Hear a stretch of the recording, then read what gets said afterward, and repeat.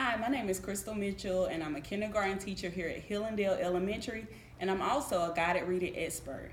So today we're going to have an interview, and the purpose of this interview is for you to understand guided reading, learn how to use it in a classroom, and I'm also going to share some information that I learned about this process.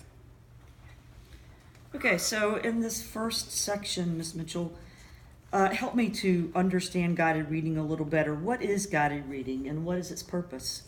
Guided reading is reading instruction that is detailed and direct.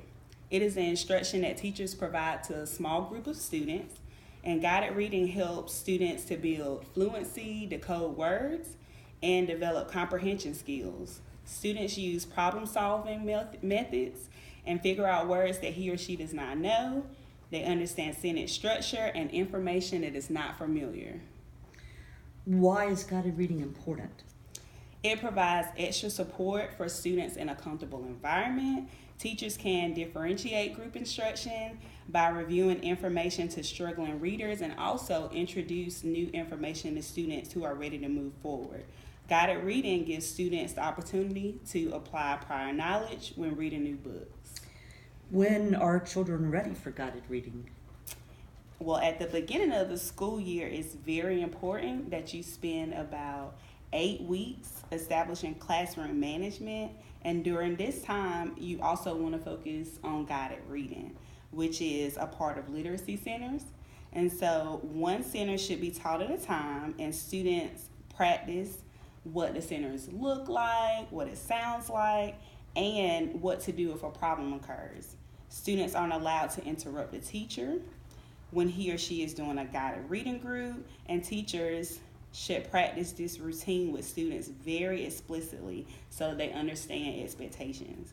When students learn and understand how print works and can monitor their own reading, then that's when I believe they're ready to begin guided reading. So how do teachers determine how to match books for readers for guided reading lessons? Well, teachers match books for students in guided reading lessons, and they use leveled readers. Teachers also use different evaluations to figure out how children read. He or she will match books that will challenge students so that they will show growth in their reading. Matching books to readers also depends on knowing the reader's text and comprehending the reading process. And I'm also going to share with you what leveled readers are. Leveled books, they're actually texts that children can read independently, and they match a student's reading ability. Educators use a reading assessment to determine students' reading ability. So what is the procedure for implementing a guided reading lesson? Well, first, they should make sure they have a purpose for the lesson. The teacher may introduce words that the students might see in the reading before they start to read the book, and they also should activate prior knowledge by asking them what they already know about the topic. Teachers introduce characters and see if students can make connections in the story by possibly doing a picture wall. Educators also might want to ask a focus question for students to answer at the end of the story, introduce vocabulary that students might see, and then the teacher also wants to remind the students of strategies to help them be able to read words that they don't know. And children also, during this time, will read independently while the teacher listens to the students read one at a time. And during this time, the teacher reminds students to use expectations during reading, and they also assist them with building fluency. Educators, at the very end, they ask the focus questions and allow the students to answer it, and they might also ask any other comprehension questions to go along with that story. Okay, let's talk some about organizing the guided reading classroom. How many students should be in a guided reading group, and how long do you think the lesson should be? I think no more than 5 students should be in a guided reading group, and I think that lesson should last between 15 to 20 minutes.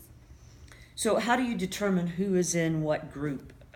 In other words, what type of assessments do you use to determine the members of each group? Okay, so teachers should really think about their students and the skills that they need assistance with. The groups are based on the students' needs. So, for example, one group of students might not have mastered long and short sounds, and another group of students might need help with comprehension.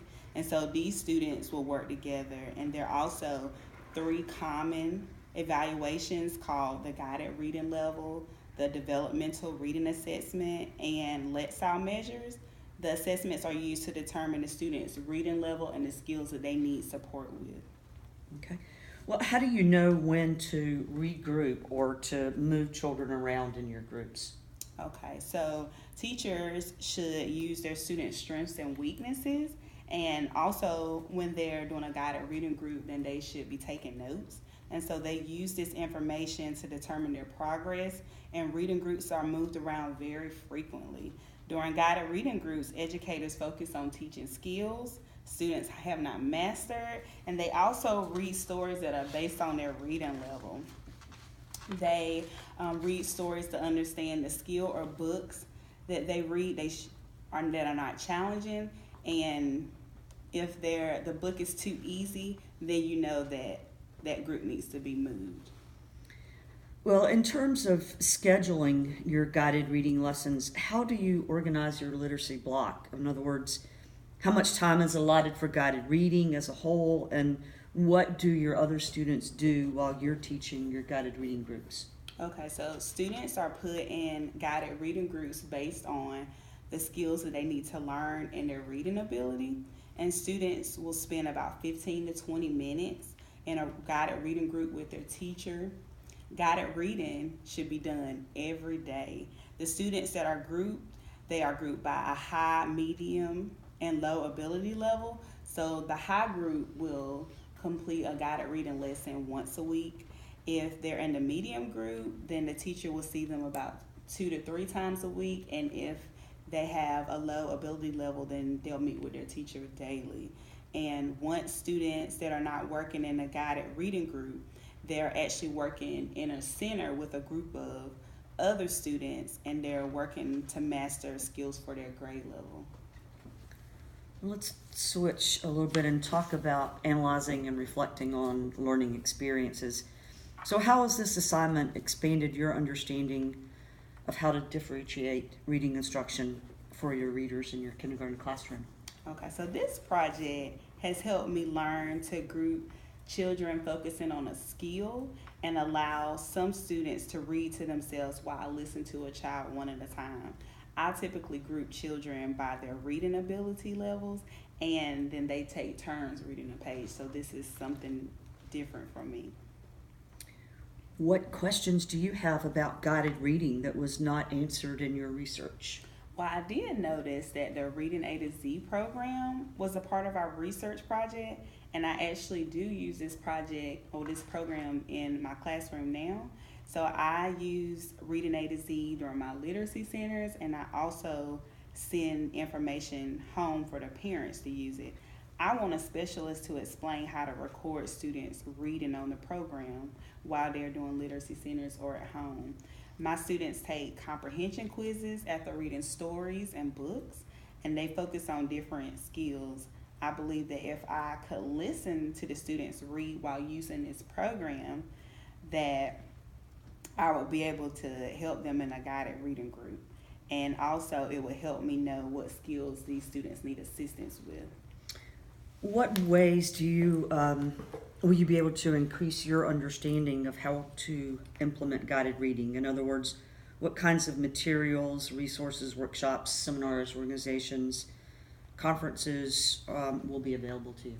Well, our school district has a monthly professional development training to support teachers in learning about guided reading, and there are also online classes for guided reading that I can sign up for, and those classes are self-paced. So I plan to register for the training or the courses to better assist my students. Do you have any questions for me? I do not. Thank you so much for your time. You're very welcome.